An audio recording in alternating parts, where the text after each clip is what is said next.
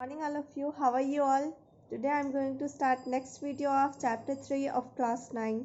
So इससे पहले हम लोगों ने पढ़ा था striated मसल और स्मूथ मसल के बारे में और उसका फंक्शन पढ़ना है, स्मूथ मसल का फंक्शन. So आपको पता है कि ये हमारे विल के हिसाब से काम नहीं करता, यानी इच्छा के हिसाब से काम नहीं करता, ये अपने आप काम करता है, इसलिए इसको इनवॉलेंट्री मसल बोला जाता है. तो फंक्शन में इसका यही था कि smooth muscle do not work according to our will, हमारी इच्छा अनुसार ये मूव नहीं करता. So they are also called involuntary muscle. जैसे movement of food in alimentary canal, जैसे स्टोमक में जा रहा है, स्टोमक में फिर कहाँ जाएगा, स्मॉल इंटेस्टाइन में जाएगा, स्मॉल इंटेस्टाइन से लार्ज इंटेस्टाइन में जाएगा. तो ये हमारे विल के हिसाब से तो नहीं हो रहा है. आप चाहोगे तो ही जाएगा, नहीं चाहोगे तो नहीं जाएगा, ऐसा तो नहीं होता. Opening and closing of tubes are involuntary movement. कोई सा भी ट्यूब आपके बॉडी में अगर कोई ओपन हो रहा है या क्लोज हो रहा है तो ये आपके विल के अकॉर्डिंग नहीं होता. सो नेक्स्ट ये कौन करवा रहा है? स्मूथ मसल करवा रहा है. Smooth muscle contract slowly but can remain contracted for a long period of time. मतलब ये धीरे धीरे कॉन्ट्रैक्ट करता है लेकिन काफ़ी लंबे समय तक ये कॉन्ट्रैक्शन यानी खिंच सकता है. Due to this fact smooth muscle cause the characteristic peristalsis movement. ये मैंने बताया था, पेरिस्टाल्टिक मूवमेंट जिससे खाना आपका पूरे एलिमेंट्री कनाल में मूव करता है. Peristaltic movement are the rhythmic progressive waves of muscular contraction and relaxation. यानी कि ये both contraction and relaxation करवाता है, जिसकी वजह से ही आपका फूड पूरे एलिमेंट्री कनाल में मूव कर सकता है. ये रिदमिक वे में होता है, एक रिदम में होता है, यानी कॉन्ट्रैक्ट, कॉन्ट्रैक्शन के बाद रिलैक्सेशन, ये प्रोसेस होता है.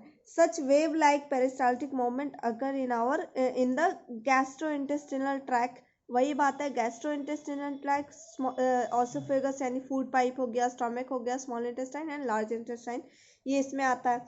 एंड मेल जेनाइटल ट्रैक्ट, ये आपका क्या हो गया, टेस्टिस हो गया, वास्ट डिफरेंस हो गया, ये सब इसमें आता है मेल जेनेटिक ट्रैक्ट में. ओके. थर्ड पॉइंट है आपका, in some organ smooth muscle contract throughout the organ to produce extrusive movement as in the urinary bladder, the gall bladder and the uterus. यानी कि ये क्या है, एक्सट्रूसिव मूवमेंट, यानी कि काफ़ी ज़्यादा ये कॉन्ट्रैक्ट कर सकता है. तो सबसे ज़्यादा कॉन्ट्रैक्ट यानी खींचता है जो मसल वो है यूरिनरी ब्लैडर का, काफ़ी ज़्यादा, क्योंकि ये यूरिन होल्ड करके रखता है.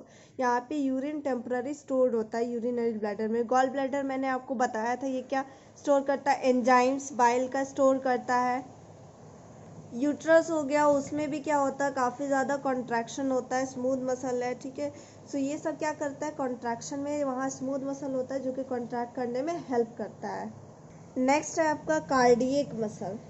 कार्डियक मैंने बोला था ये सिर्फ और सिर्फ हार्ट में पाया जाता है. So cardiac muscle so characteristic of both smooth and striated muscle, यानी दोनों का कैरेक्टर शो करता है, स्मूथ एंड स्ट्रिएटेड. स्ट्रिएटेड मैंने बोला था ये क्यों नाम दिया गया, क्योंकि इसमें स्ट्रिप्स पाए जाते हैं. स्ट्रिप्स मतलब white and black band.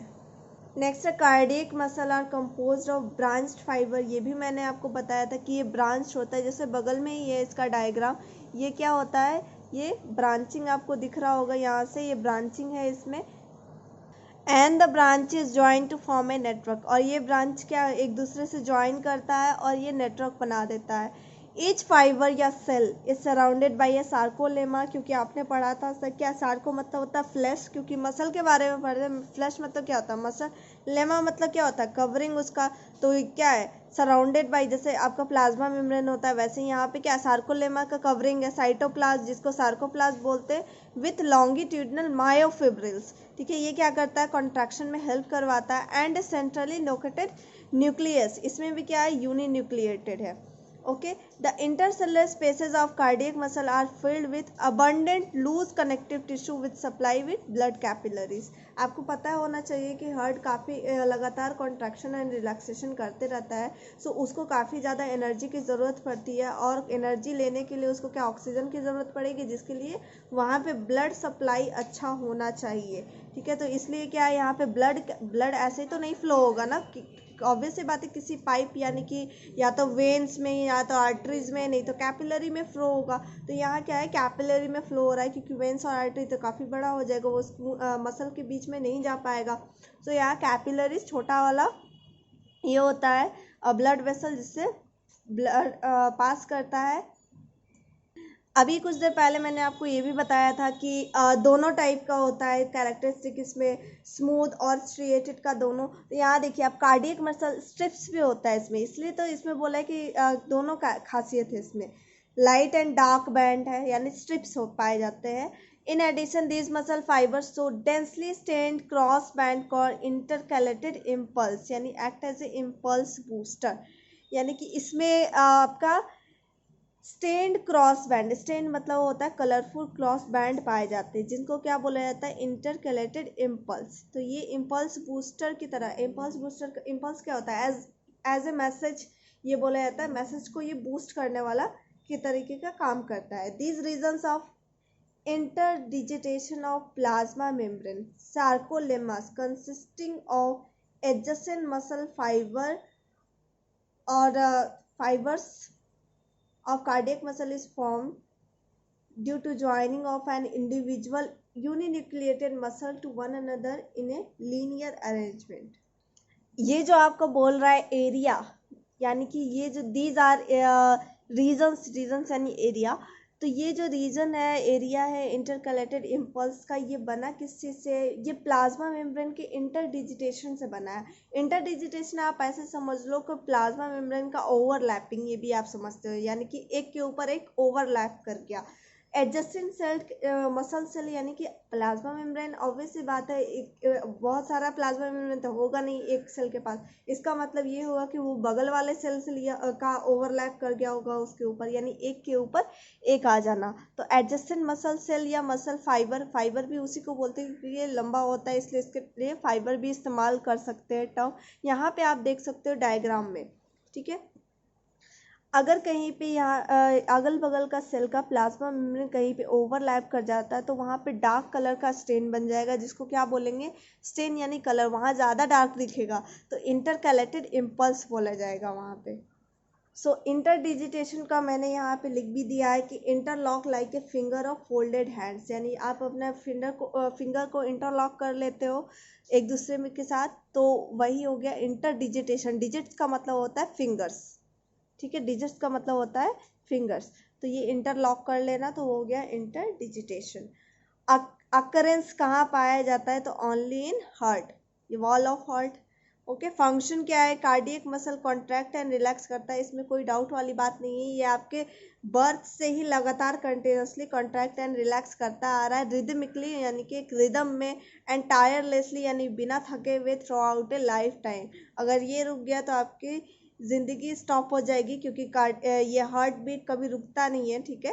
They contract endlessly from early embryonic stage until death, यानी कि जब आप एम्ब्रियो के फॉर्म में थे तभी अगर हार्ट बना हुआ हो तब से ये कॉन्ट्रैक्ट रिलैक्स करता आ रहा है।